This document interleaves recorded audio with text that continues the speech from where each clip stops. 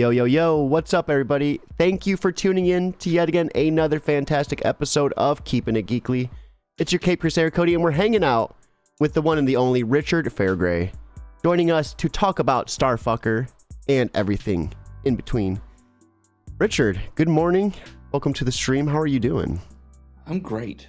I've been terrible and now I'm great. So it's a really good switch. I recommend going in that order rather than the other way. That's the Keeping It Geekly effect, I think, right? You know you're about to get geeked. I'm trying that one out. I don't know if it's sticking yet. Throwing noodles at the wall. Look up the meaning of that one before you. I would, as someone who's been geeked a few times in my life, I would advise some internet research. So Richard, we're here to talk about Starfucker. A little backstage banner led me to find out that this was something that was in the works for you quite some time ago. Yeah. Can you give us a little bit of the history behind it? So many years ago, I was taking a meeting, or I wasn't even taking a meeting. This is the thing. I was seeing my publisher about something else, and my best friend Alex was with me. And they knew Alex a little bit. They knew that we'd written a couple of books together. And they said, do you guys have anything else cooking? We have Charlie's Theron's production company have approached us, and they're looking for supernatural or vaguely supernatural dramas with female leads. And I said, we don't have anything that fits that mold right now, but if you can leave us alone for 10 minutes, we can come up with something. And they thought we were joking. We were serious. We kicked them out of their own office. And then within 10 minutes, we'd come up with this. This concept of what if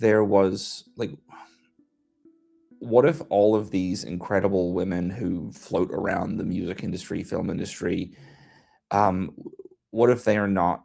What if some of them are not human? What if some of them are not muses, but what the muses are based on? Because we were thinking a lot about these people who just get blamed for inspiring things. And I say blamed for inspiring because obviously you inspire someone with a great idea, you are then the shield for anything wrong with that idea. And then we started thinking what happens when you take something magic and old and you put it into a modern setting and you start breaking it apart, criticizing it the way that we do in the modern way. What happens when mythology meets discourse, right? Mm-hmm. And so the concept here was ageless being of pure inspiration, whose immortality is inherently linked to abstraction. These women disappear into great artworks, not films, but great artworks like paintings and poems and songs and stories and whatever. And so now in this age of cameras and constant oversight and obsessive documentation and facial recognition, these people these creatures are becoming static and solid. And now they are aging because they can't just stay the same, or they can't disappear and reemerge as something new, or however else we want to interpret it. And so it's capturing the moment of one of these women discovering this as she is on display for the world, and also kind of becoming the most hated celebrity on the planet. And there were little small iterations of it and things of how it would work. And I always had the opening scene. I always said I can't remember who said it, but they said if a film opens with a wedding, it's probably going to be good. If a film ends with a wedding, it's probably going to be bad.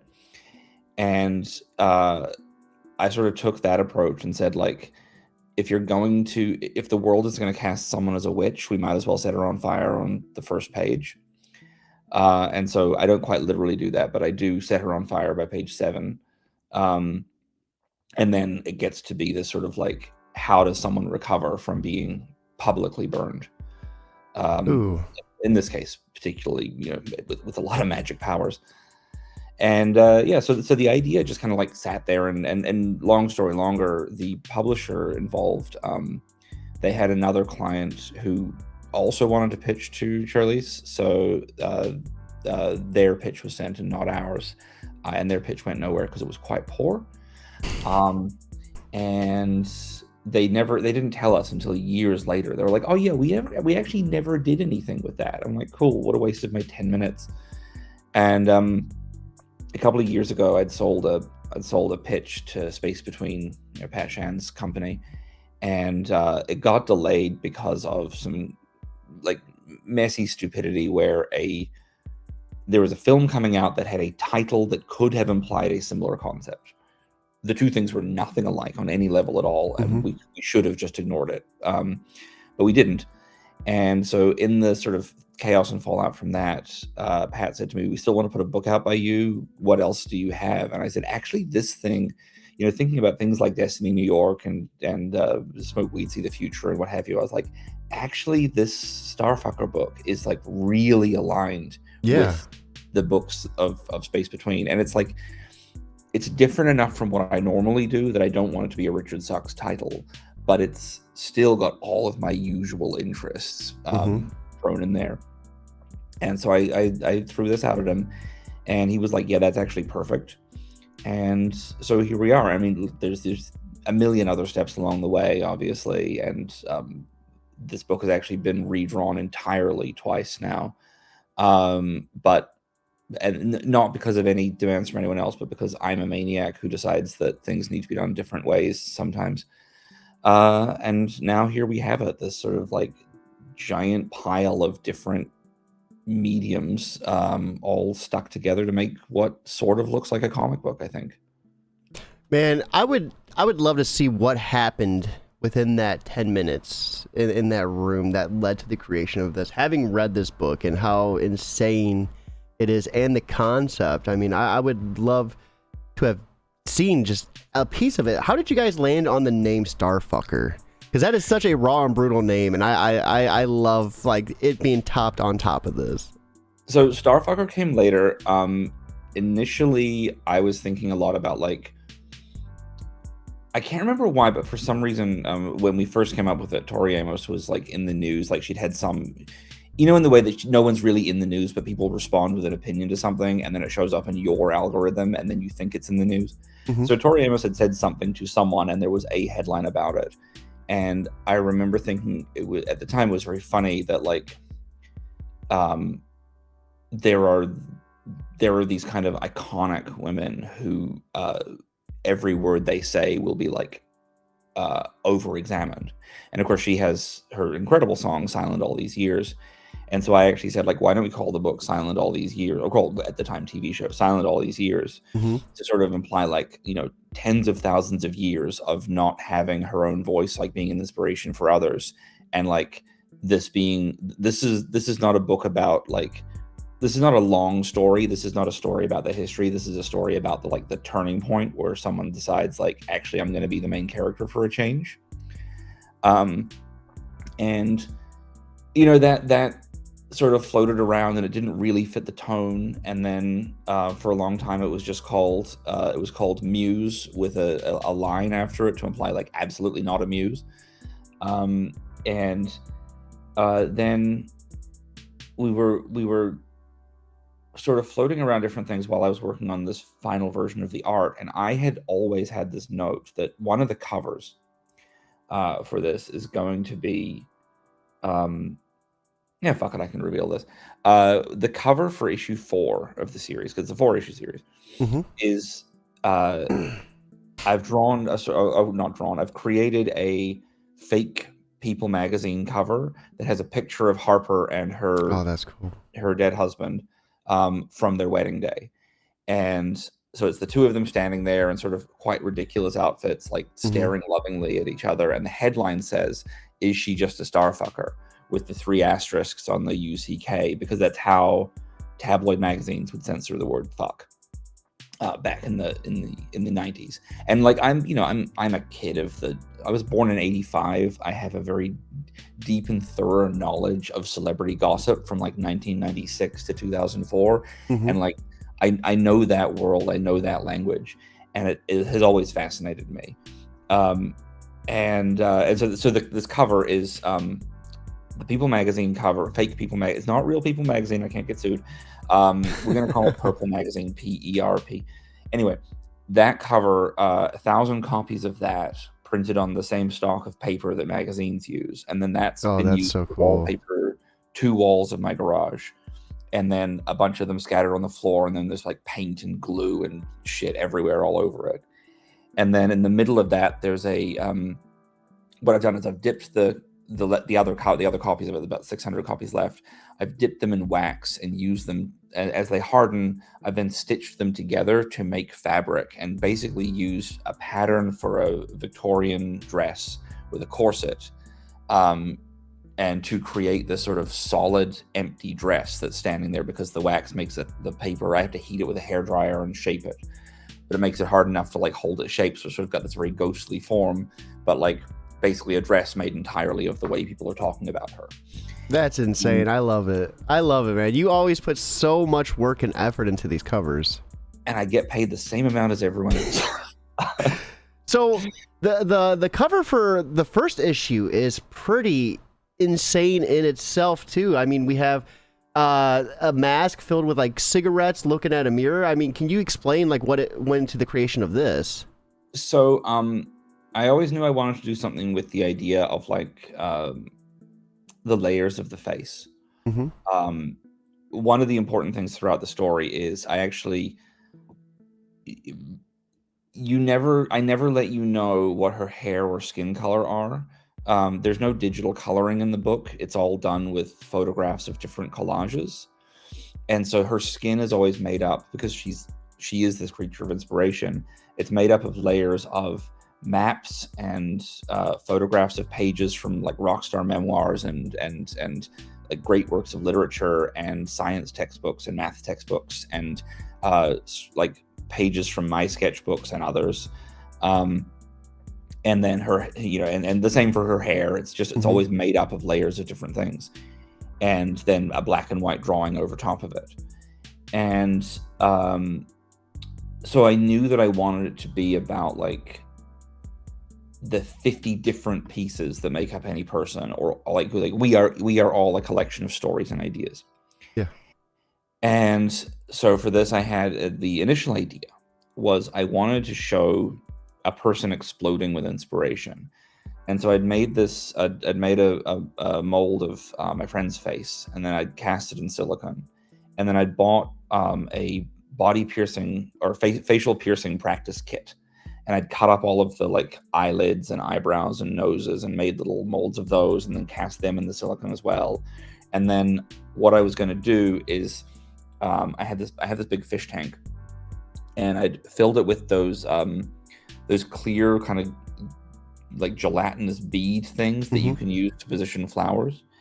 And if you fill something with those and then you fill it with water, those become invisible. And the idea was I was going to have like the face sort of stuck in the middle of those, and then all the other pieces bursting out from it. And then I was going to like light it from behind so that you could see the light shining through the eyes and like the face exploding. Except that the wrong size of these little beads arrived, and I needed the like 1-inch diameter ones, and I got the 1/4-inch diameter ones, and so everything was looking really like fragmented. If you, I don't know if you saw I think it's the back cover of the PDF that I was sending out, or it might not actually be in the one I've sent you, but it actually has a photograph of what I was attempting to make, and it just wasn't working, and I was on this insane deadline because I had to travel. And so I just looked at this face that I'd made. The face is cast in like a silicone gel, so it's really like sticky and a little bit like you can leave imprints on it with your fingers. And I just thought, like, there's a line in the book where she refers to it, like someone refers to her as being like used like an ashtray, and of course she gets set on fire. And so I thought, fuck this, I'll just do that. So I scooped out the entire back of the face, and then took my husband's ashtray and like filled it with all his cigarette butts that are around the house, and then put that on a mirror, because like I got to show the face and the back of the head at the same time. So I put that on a mirror, which is inside one of my dog crates, but then there's a blue tarp draped over it. And then there's like I had a bunch of glow sticks left over from the haunted house I made for my wedding. And so all of the little like dots of light that you can see are actually like very carefully placed glow sticks. That is cool. I love what goes into these, because these covers are always insane. You started doing, well, when was the first time you started doing covers like this? Was it the ex-wife of Frankenstein?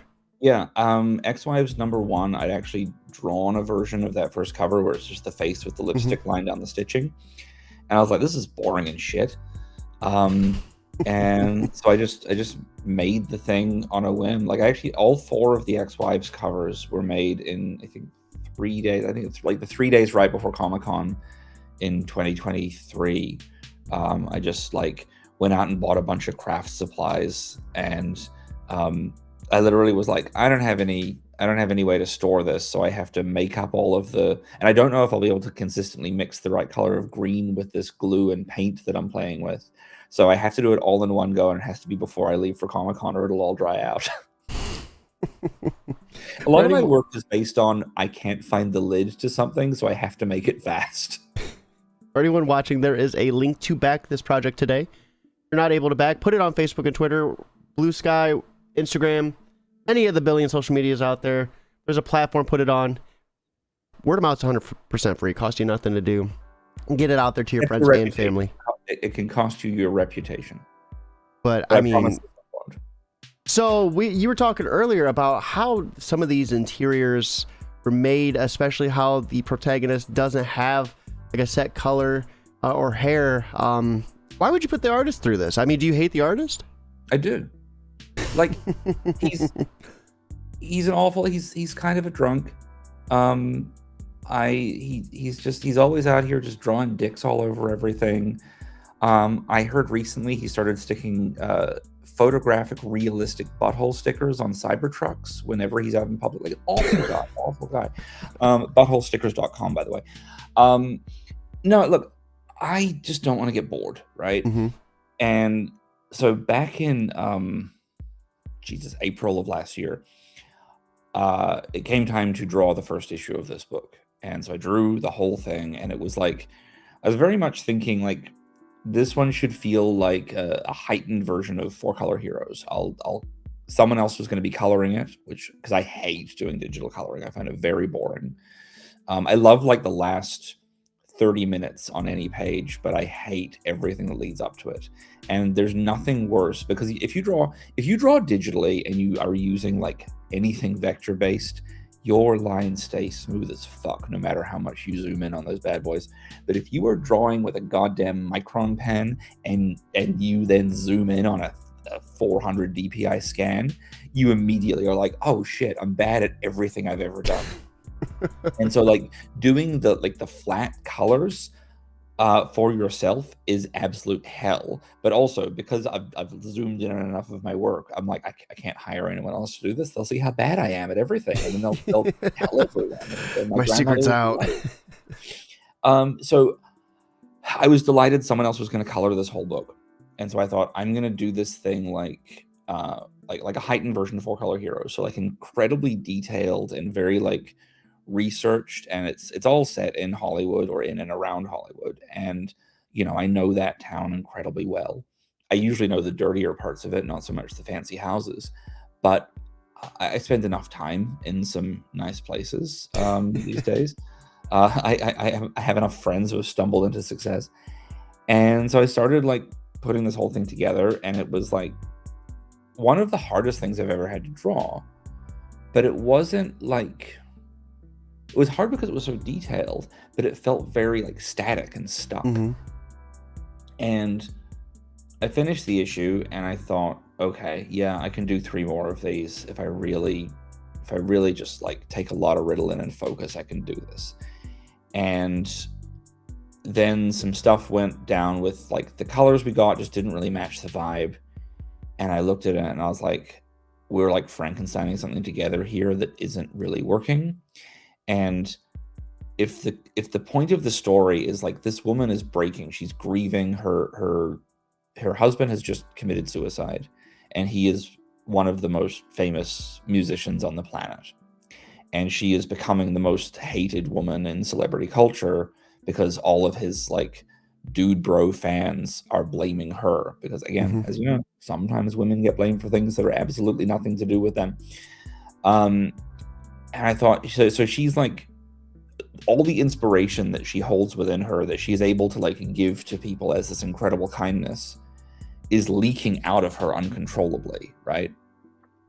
And I had this thing going on throughout the whole book where like people in the background were just being inspired and would just start like making art and making songs, making whatever. And the idea was it would always be kind of like she's not giving them the good inspiration, it's just like wild inspiration. And so people just started doing like having bad ideas. And then I thought to myself, one, this is too complicated for just background gags, and it's like really like skirting the line between ethereal and goofy, and I didn't like that. Also, if all of these people are being affected by her, why am I not being affected by her? And then it hit me like I should start this whole book over, and every single piece of it should be me exploring an idea of how to make something. And so some of it is like me trying something I've never done before. Some of it is me trying things I'm very comfortable with and like, but just like going very like densely detailed with it, with like the actual drawn side of it. And then a lot of it is me taking like craft activities that everyone has done at some point in their life, like everything you ever did in school, and then seeing if I can remember how to do those techniques.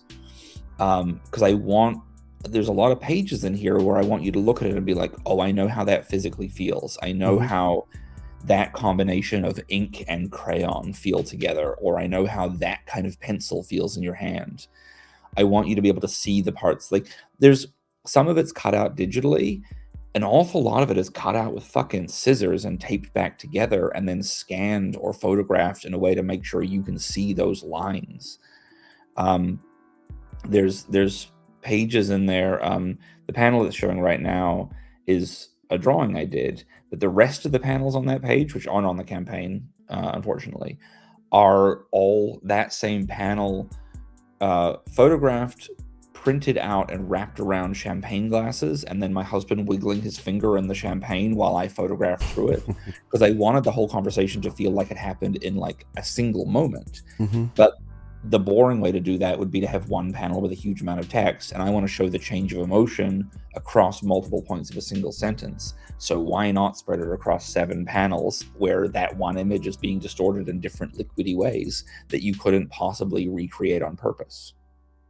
I really love too that in this story, she gets burned, burned by public as well, and I love how just like on the nose that is.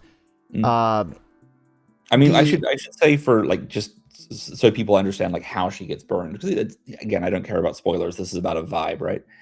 The book opens with a candlelight vigil for her dead husband, and it's her on stage at the La Brea Tar Pits, reading, I don't want to say his suicide note, but like the note he left for his fans, the message he left for them.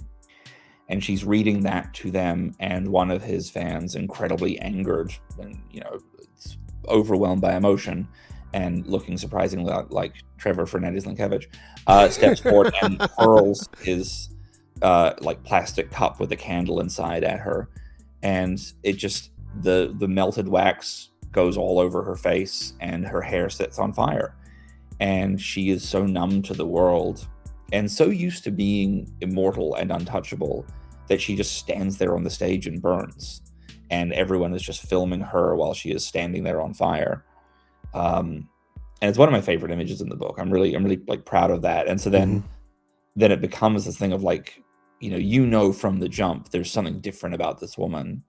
And then when you see her in the limousine, and her friend Carrie says to her, like, do you need a minute to sort that out? And she closes her eyes, and suddenly, like, out of her melted face and burnt off hair comes a pencil version, a construction line version, an inked version, a like blotchy watercolor version, And then somewhere in that picture that's on the screen right now, there's like a layer that is literally a photograph of the screen as I'm putting these pieces together from my cell phone with some like moire effect over it, just because of the nature of photographing a screen. Put in there is just like a low transparency layer in between these pieces. The idea being like she is growing herself back from her the millions of different forms of art. So what was it about trying to make, or encouraging the reader to resonate with the different types of art and the way the panels are constructed? Is there any special like symbolism with that and the story itself? I mean, it's about showing like the incredible vulnerability of creating something, right? I want to show that like she is, and we all are, made up of 1,000 messy pieces that are all holding together to create something that from a distance looks good. This is the same thing I was saying before about zooming in on your scanned micron lines. She is like, we judge her by the whole that she represents, the image that's being put out to the world, as opposed to the thousands of tiny pieces that are there that actually make her up. Like we oversimplify women in the media. We oversimplify people by saying, "Oh, you're such an inspiration." We oversimplify by by oversimplifying, we're able to dehumanize, and then as a result of that, we are able to cast blame on people without having to think. And so I wanted this to feel like this is beautiful garbage. This is, you are seeing 1,000 pieces, and I'm making you acutely aware of all 1,000. And somehow it still all comes together to create something very pretty, I hope. The one scene in particular where you see her dress, and it like becomes like the page gutter creeping up the side. I thought that was such a gorgeous like view. I mean, you really did go above and beyond with just creating the interiors and the details. How did the collaboration with the colorist look like? You said the first time it didn't fit the vibe, so how did you guys nail it the second time? Oh, I just did it myself. There's no digital color in this. Everything in this is entirely me, and everything that looks like, everything that is a color is a photograph of something else. How long did it take? Like 3 weeks for this issue. And for anyone that is new to listening to Richard Fairgray, he puts out work every single day. So 3 weeks, it's a considerable amount of time in Richard Fairgray time, I feel. I'd set aside 2 months to make the entire 4-issue run, and I didn't factor in a couple of things. One, I was doing 5 shows in those 2 months. 2, Christmas and New Year's were happening in those 2 months. And 3, I was going to be getting back from a month in Europe the day before those 2 months started. And I was going to be jet lagged, and I wouldn't have seen my husband at that point for almost 3 months. And so like there was a lot of stuff that kind of had to happen outside of making this book. Also, the space I'd set up to make all of this. So all of the, when I talk about these collages, like I bought 150 used atlases and like 17 science textbooks, and I have a stack of memoirs and literature and religious texts and everything. And I've just been tearing those up and making these like 8 by 10 foot collages with them, with like just craft glue and water and on these huge canvases. And all of the orange that you see through the book, I've done like 15 different paintings of just fire. And I haven't really painted since high school, but I was just like, I can paint fire. And it's like all these different, I'm watching YouTube videos on like different fire painting techniques and just sort of trying them out, seeing what happens. And then photographing these canvases and then layering those photographs on top of each other to create the different effects. That's insane. I love it, man.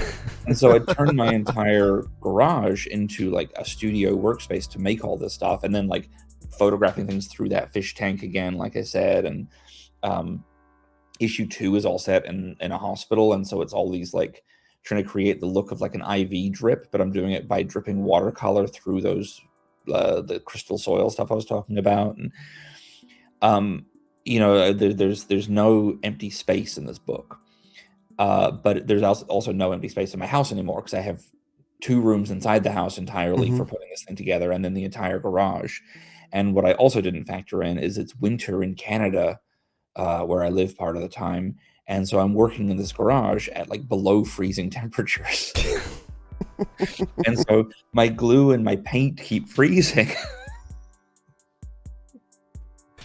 And these interiors, just for everyone to see, I mean, I'm glad you took the time to break down what went into this, because I wouldn't even know how to describe what we're seeing right now. It is just so detailed, and the amount of work is insane. And I really loved the detail that went into like the dialogue, even like the Twitter, like the people talking about what happened.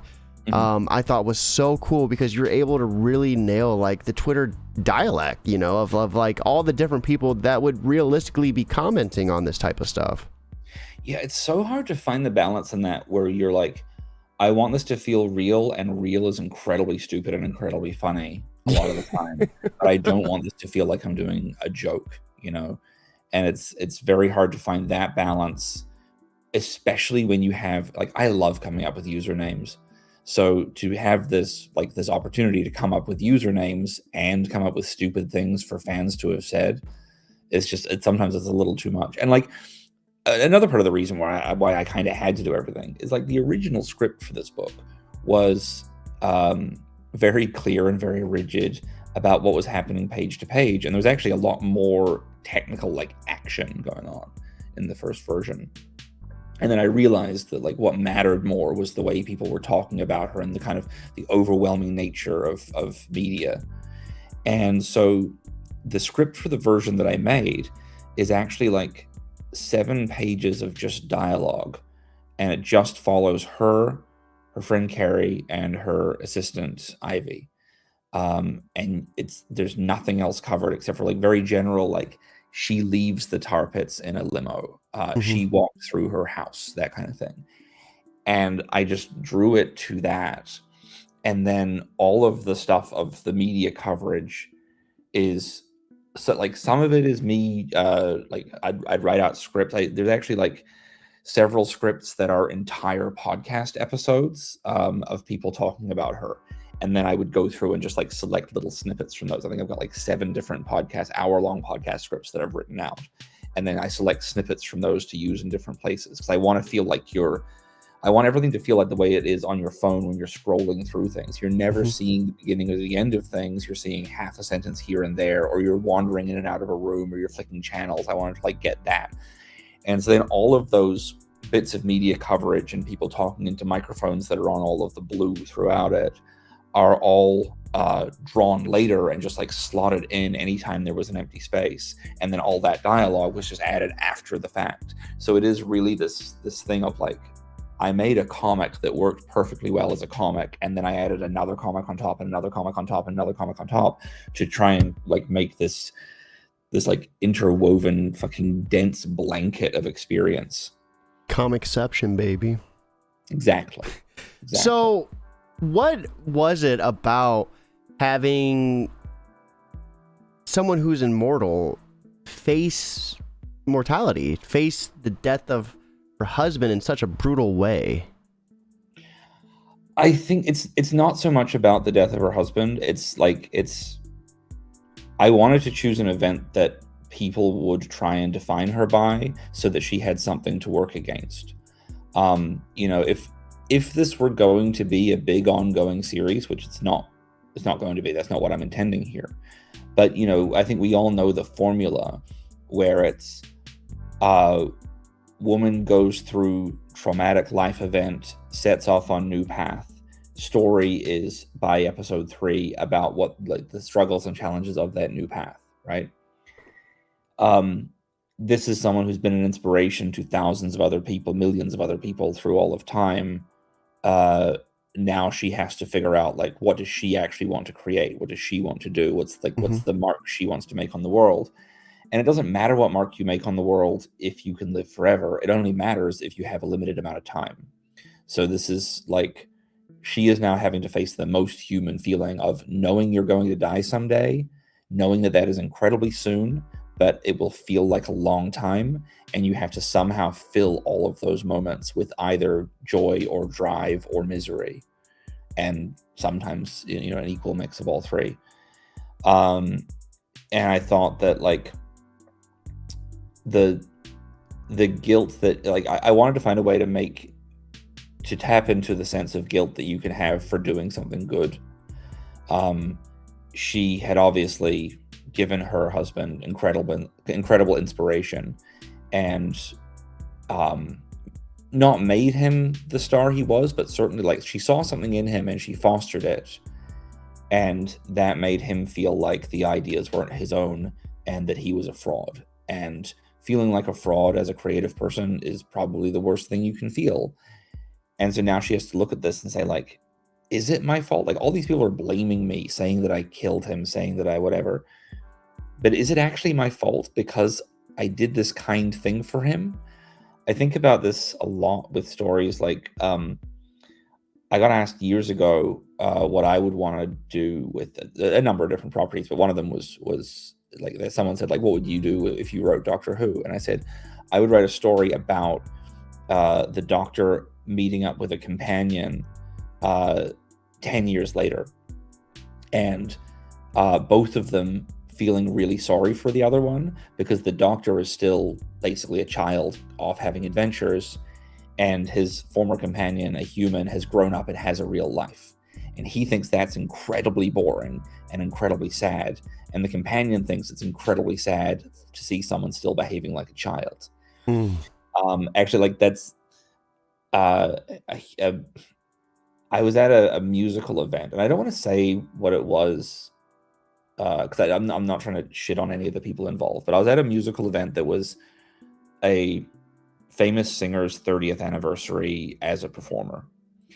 And they were on stage with a former bandmate who had, like, settled down, left, like, not left celebrity, but, like, left the popular media to, like, focus on creating art in different ways. And then they were set up with a location in a place in a small town that they had created a kind of arts community around. And the main character of the story was still a public figure and a touring musician and still doing all the big things. Nowhere near as famous as they once were, but, like, still living that, like, rock star life and, like, of constant excitement. And what was meant to be this amazing celebration of 30 years of work was two people sitting on stage clearly feeling sorry for each other. It was very much like oh, you still have to do that. And the other one being like, yeah, I really like doing that. You don't get to do that anymore, and I love that dynamic a lot. So I always want to sort of, like, look at these ways that we idolize people.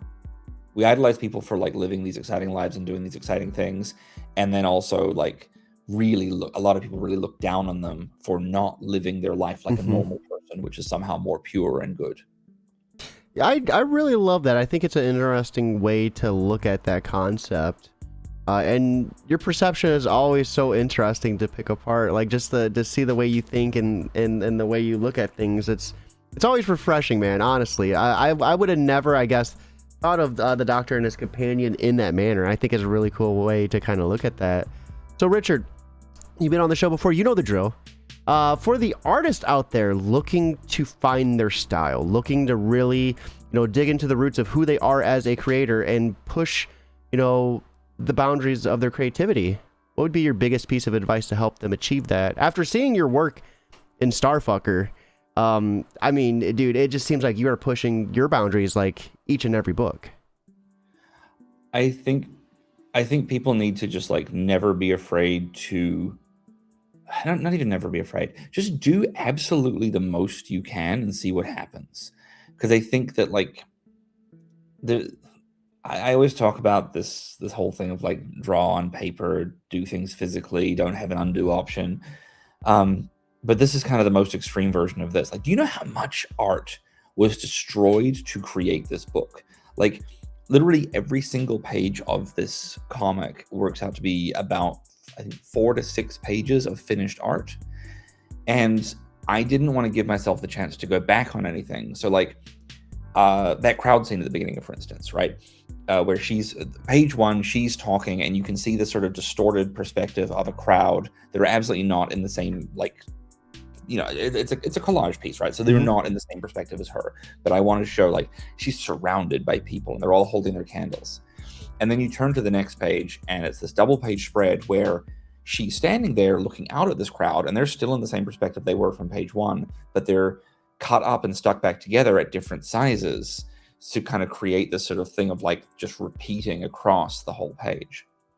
And to do that, there's a couple of options. I could draw the entire crowd as a double page spread and fill that entire space, but that doesn't look that interesting. So instead, I drew a single page, filled it entirely with one shot of a crowd all holding their candles, standing there, and like I think it's a couple of hundred people in different outfits and whatever. It's just a fucking nightmare for me, but I did it.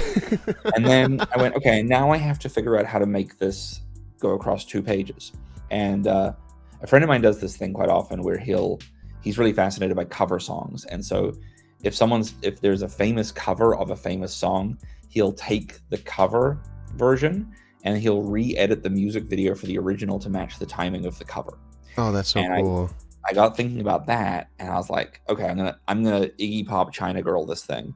And so I cut up the drawing and I scanned each individual piece, and then I taped them back together with I printed out a bunch of different things on different paper stocks at different sizes. And like I'm not doing any of this shit in Photoshop. I'm literally doing it like in the printer program, just being like, let's see what happens if I printed it 150%. Let's see what happens if I printed it like just try different qualities. And then I taped all these pieces together onto a new sheet and stuck them all over each other.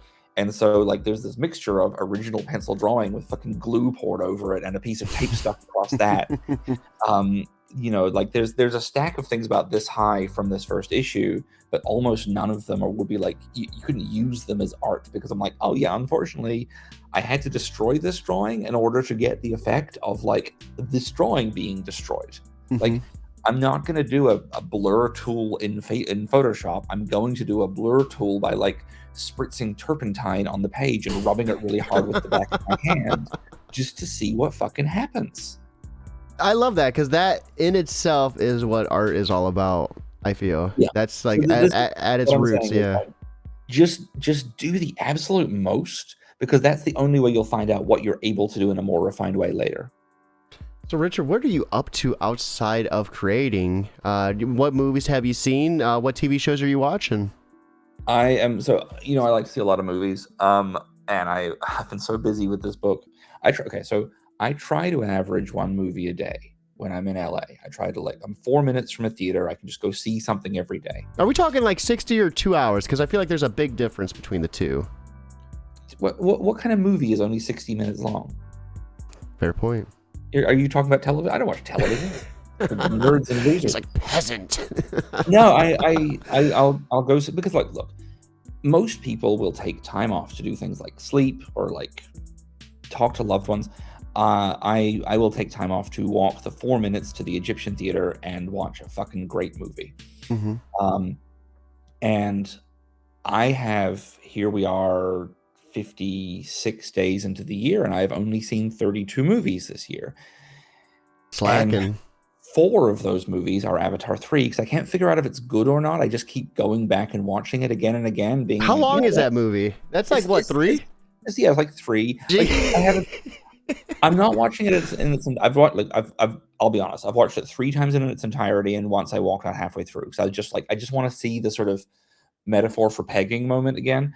Also, they put a whale on trial for war crimes and then sentence him to live at sea, and I'm never going to get over that. But Yeah, so I've seen everything. I saw Send Help last night. That was fucking sick. Everyone should see Send Help. It's so fucking good. Um, I'm in New Zealand right now for a friend's wedding, and so all I can work on right now is dicks. I got to get ahead on my dick drawings because there's a lot of people pressuring me to do that more professionally these days. Board game coming soon, I promise. And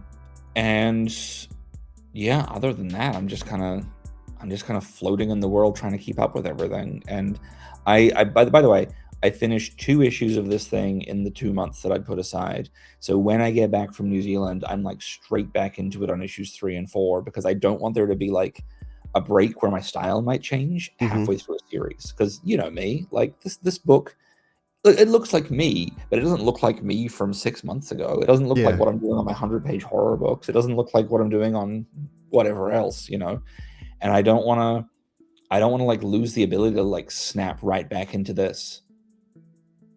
We got a Dick's board game. That'd be cool. What type of game are we looking at, or is that kind of still under wraps?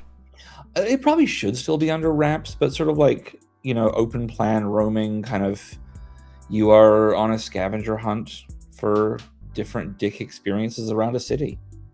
I love it. And of course, we were talking earlier backstage. I was so happy because I finally figured out how to eliminate the overexposure in my camera, and then the sun comes out. Yeah. And that totally reamed me, like right in the beginning of our interview. I was like, oh, this is perfect. That's great. So everyone watching, right there is a link for the Kickstarter. Be sure to check it out. Starfucker was one hell of a read, and I think you'll love it too. So be sure to share that wherever you can. Word of mouth costs you absolutely nothing.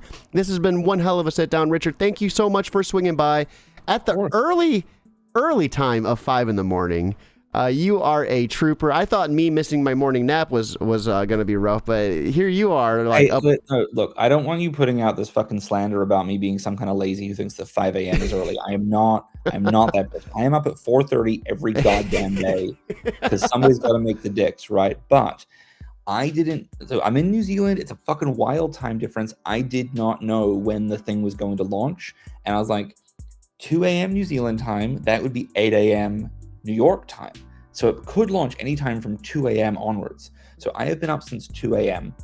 I have drawn 15 dicks today. I have written a short script for a new horror piece. I've sent out a backer kit update, and I have lettered 6 pages of another thing. But now it is 5 a.m. and I have to go and see Wuthering Heights in 5 hours, and I've heard it's terrible. But then I'm going to an aquarium, and I really like fish, so it's going to make it all better. And this is now, like, you can see, but I just don't want people thinking that I don't get up at 4:30 in the morning every goddamn day like a normal person would. Hey, start waking up at 4:30 in the morning, and you can be Richard as well. Exactly. With that being said, I hope you all have a fantastic day, but most importantly, guys, keep it geekly.